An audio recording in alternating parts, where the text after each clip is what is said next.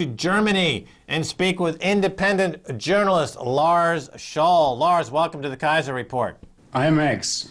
Okay, Lars Schall, you've just published an investigation into insider trading in relation to the attacks of 9/11. First, tell us about the original mainstream media reports. What had they said at the time about the suspicious trading? Well, there were a lot of reports in Barron's, in the Wall Street Journal, and other publications which said that insiders of the terror attacks could have profited from those terror attacks via speculative trades, put options, call options, and such things. But then in October, November, December, it went on, but then it was abruptly over with this reporting. So how much had the put option volume increased prior to the attacks, and in what shares specifically? Yeah, sometimes sixfold. For example, related to Raytheon, the producer of Tomahawk and Patriot missiles that were used then in the war on terror. But also, these were call options.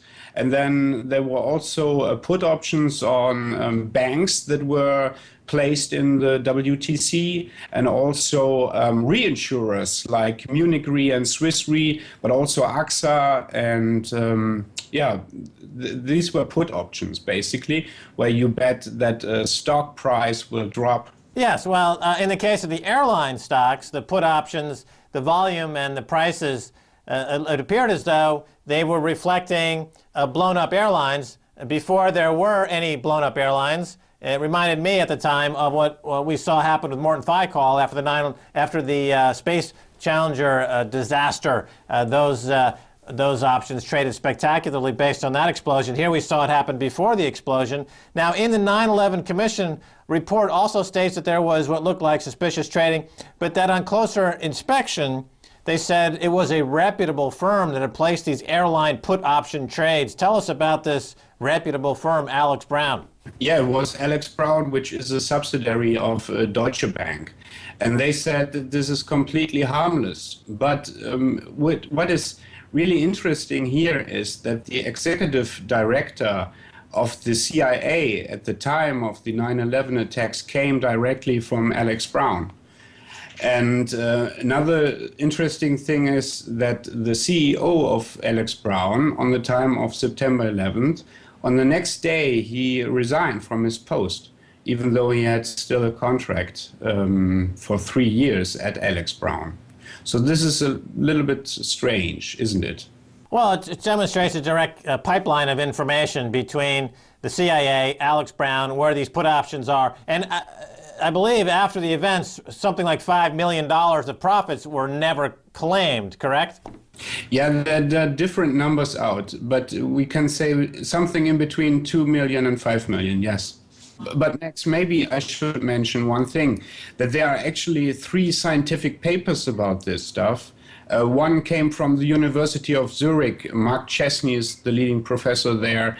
It's called Detecting Informed Trading in the Option Markets. And everyone who wants to question this topic should read this. Okay, well, let's talk about Deutsche Bank, of course, is the bank that ended up buying Alex Brown. What has been their response as part of this investigation, Lars? Yeah, it's the Deutsche Bundesbank, the central bank of Germany, because the head back then in 2001, Ernst Welteke, said that informed trading occurred in the international markets. And I questioned or I forwarded a request to the Deutsche Bundesbank, but they stonewalled. They were only available for me for an oral information, and that was basically that they said, well, the board of the Deutsche Bundesbank was informed on this stuff via charts and analysis from their own house, but they made no real own analysis. And the same applied to other places where I went. They all did not want to talk with me about this topic, like, for example, the Deutsche Börse or Eurex, which is the futures market here in Germany, and the Swiss futures markets. They don't want to talk about, for example, the results of the scientific paper of Professor Mark Chesney. All right. Well, presumably there are insiders who would come forward if the government offered some kind of protection or interest in finding out more about this advanced knowledge insider trading around the events of 9/11. Those insiders who may have spoken directly with people involved in these trades would feel more comfortable speaking on the record if the government expressed some interest. Without that, however, certain insiders, I'm sure, will continue to stay behind the scenes. But speaking of German banks, in Germany, of course, you've also done some investigative work into the gold reserves of the central bank and the fact that they don't actually have 60% of what they say they have. Tell us more about that, Lars. Well, about 66% of the German gold is located in New York. About 21% are located in London, even though the information there is very vague. For example, the chief analyst of the Bremer Landesbank, and I know you know about the Landesbanks in Germany, Volker Hellmeier, he told me that actually there is very little gold left from Germany in London. But the chunk of Germany's gold is not in Germany, it is in New York. And every time when I asked the New York Fed, for example, or the Board of Governors of the Federal Reserve in Washington, D.C., if they have swap arrangements with the German Bundesbank, they never ever told me anything about it. They don't even repeat, or they never really wrote me something. They have, at the New York Fed, they have an automatic response system. And that says every time when I wrote to them, we will come back to you as soon as possible, but there was never any possibility. Well, I think there's a fear in the Bundesbank that if they pursue the topic too aggressively, they would find out that the U.S. has hypothecated the gold to back up some of these bank bailouts, and so the gold doesn't exist anymore in terms of anything that Germany can lay claims on. I hope Germany doesn't think that they have that gold actually in their name. But getting back to the insider trading around 9/11 and the insiders who profited from advanced knowledge trading the airline put options, the inside information story in the U.S., of course, Congress is allowed to trade on inside information. So potentially Budgie Krongard, who you mentioned, and other Congress people and insiders in the intelligence industry potentially profiting from trading on these puts, and many of the millions of dollars were never collected at Alex Brown Deutsche Bank from the profiteering that went on from this. It's an inside information is legal, so you know, maybe they should take more pride in their prowess as traders and step forward and let people know that they're such good traders. If they're going to have insider trading, Lars, why can't people be more braggadocio about their success trading on inside information? Your thoughts? Well, I think the inconvenient stuff here is that the trade was not organized in an Afghan cave. And this is basically the official story, that the terror attacks came from somewhere in the Orient and were not fabricated on home turf in the USA itself.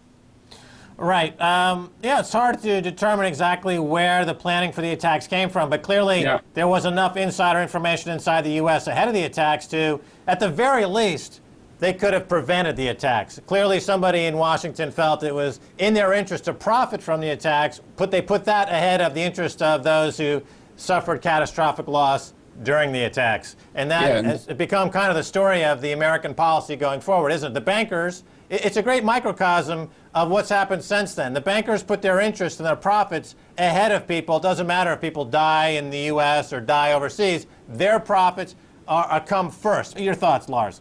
Well, the funny thing is you talk a lot about financial terrorists, and here we have terror traders, period. Oh, absolutely. And I think this has become the de facto modus operandi of the U.S. in terms of what's going on Wall Street. This is why I think, well, I'm curious what your thoughts are, but on the Occupy Wall Street front, they seem to underestimate the tyrannical terrorist quotient operating on Wall Street. They think that by simply waving a placard here and there, they're going to gain some traction. I don't think they understand who they're dealing with, people on Wall Street who are willing to profit from 9/11 deaths ahead of the interest of the general population. I'm not sure if they were willing to take that on board, maybe they would change their tactics a little bit. Is there any kind of Occupy Wall Street thing going on in Germany, Lars? Yeah, but not really that I take it serious. They have no real program.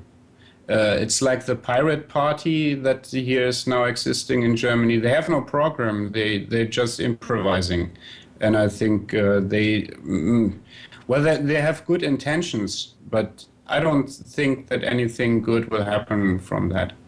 Right. My understanding is that the Pirate Party is now in Germany. They've been opening up chapters all over the world. And I know in Germany there is a tremendous hacker community. Going forward, do you see any interest in that hacker community building and doing some more investigation into the missing German gold or the option profiteering ahead of 9/11? Anything in the hacker community that you're sensing? Well, I don't know. I'm not really into this, but I have a lot of respect for the German hackers. They are very good, I think. Bringing it back to the gold story, Lars, is the population in Germany concerned at all that the 60% of their gold appears to be missing? No.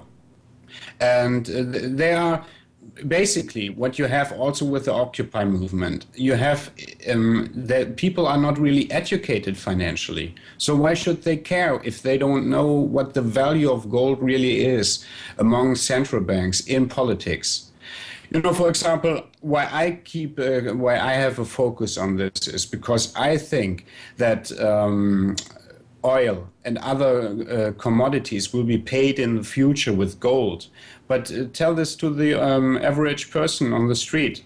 He will not understand why there might be a connection between gold and oil and such things. And this is why I am concerned about this. But the general population here in Germany, no. And why should they? They have heard now about this from a rag, a real rag, a Bild Zeitung. It's a bad tabloid. And they will not fight tooth and nail that Germany will get the gold back. No, you can forget about this. And it would be totally naive to think that Germany will get its gold back, if it exists at all. And I doubt this. All right. Well, certainly it's a story that is worth keeping an eye on. Lars Schall, we're out of time. Thanks so much for being on the Keiser Report. Thank you for having me. All right, and that's going to do it for this edition of the Keiser Report with me, Max Keiser, and Stacy Herbert. And I want to thank my guest, Lars Schall. If you want to send me an email, please do so at keiserreport@rttv.ru. Until next time, Max Keiser saying bye, y'all.